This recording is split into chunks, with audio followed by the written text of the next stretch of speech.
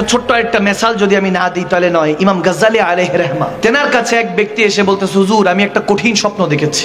কিমা সাআদাতের মধ্যে ইমাম গাজ্জালি আলাইহি রাহমা, হুজ্জাতুল ইসলাম যেনাকে বলা হতো, সুবহানাল্লাহ বলেন, তিনি বর্ণনা করছেন, বলতেছেন এক যুবক বলছে, হুজুর আমি দেখতেছি স্বপ্নের মধ্যে আমি দৌড়াচ্ছি, আমাকে একটা বাঘ সিংহ তাড়া করছে, আমি বাঁচার জন্য দৌড়াচ্ছি, দৌড়াতে দেখতেছি একটা কুয়ার মধ্যে লাফ দিলাম, লাফ দিয়ে দেখি নিচে একটা সাপ অপেক্ষা করছে, আমি তাড়াতাড়ি একটা রশি রেখে এটার মধ্যে ধরে ফেললাম, ধরে ফেলার পরে আমি ওখানে ঝুলে আছি, দেখি উপরে মধ্যে হলো সিংহ, কুয়ার নিচে দেখি একটা বড় একটা অজগর সাপ, নিচে মৃত্যু উপরে মৃত্যু, আমি ভয়ে আতঙ্ক।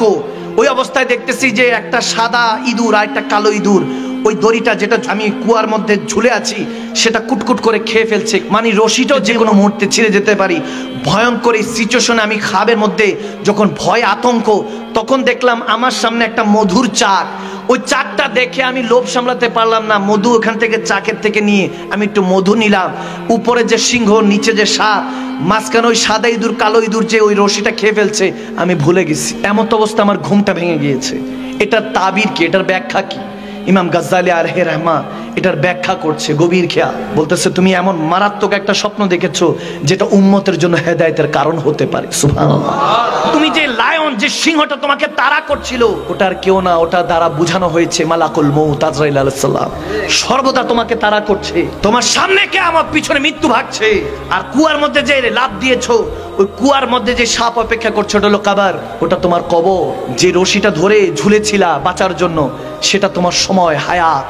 আর সাদা ইঁদুর কালো ইঁদুর মানে হলো দিন রাত, কুটকুট করে তোমার সময় তোমার হায়াত খেয়ে ফেলছে। ঠিক না, ঠিক না? আর মধুর চাক দেখে তুমি যে সমস্ত সিচুয়েশন ভুলে গেলা, ওই মধুর চাক হলো দুনিয়া। যে দুনিয়াকে তুমি ক্ষণস্থায়ী জিনিসটাকে চিরস্থায়ী স্বাদ মনে করছো, দুনিয়ার স্বাদ, ওই মধুর চাকটা মুখে নেওয়ার সাথে, স্বাদ গ্রহণ করার সাথে তুমি সমস্ত কিছু ভুলে আছো। তেমনি ভাবে দুনিয়াদারি তোমাকে সমস্ত কিছু ভুলে রেখেছে, যে তোমার পিছনে মৃত্যু আর সামনে তোমার কিয়ামত অপেক্ষা করছে। ঠিক না? সেই মদিনাতুল মুনাওয়ারায় যিনি 1450 বছর আমাদের আগে এসে আমাদের জন্য খেয়াল করতেন, আমাদের জন্য কোরআন দিয়ে গিয়েছেন, আমার জন্য সালাত দিয়ে গিয়েছেন, ইন্নাস সালাতা তানহা আনিল ফাহশাই ওয়াল মুনকার, যে নামাজ বান্দাকে খারাপ কাজ থেকে বিরত রাখে বান্দা, ওই সমস্ত কাজ, ওই সমস্ত কথা এখন আমাদের মধ্যে রুহের মধ্যে তাসির করে না।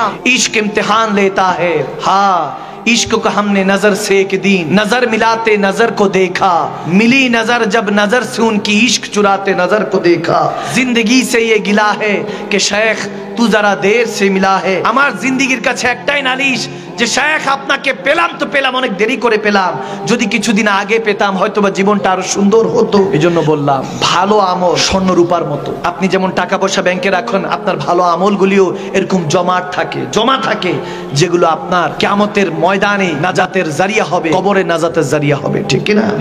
এই বিষয়গুলি না জানলে আমরা হেদায়েত প্রাপ্ত হতে পারবো না। এই জন্য এগুলো বলার চেষ্টা করেছি। আল্লাহ আমাদেরকে 5 ওয়াক্ত নামাজ হিসাবে কবুল করুক, আমিন বলেন, আমিন বলেন।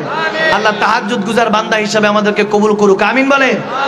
সজীবতা ও স্নিগ্ধতায় নিজেকে ডুবিয়ে রাখুন সব সময় ইব্রুনের প্রিমিয়াম এবং কোয়ালিটিফুল আতরের সাথে।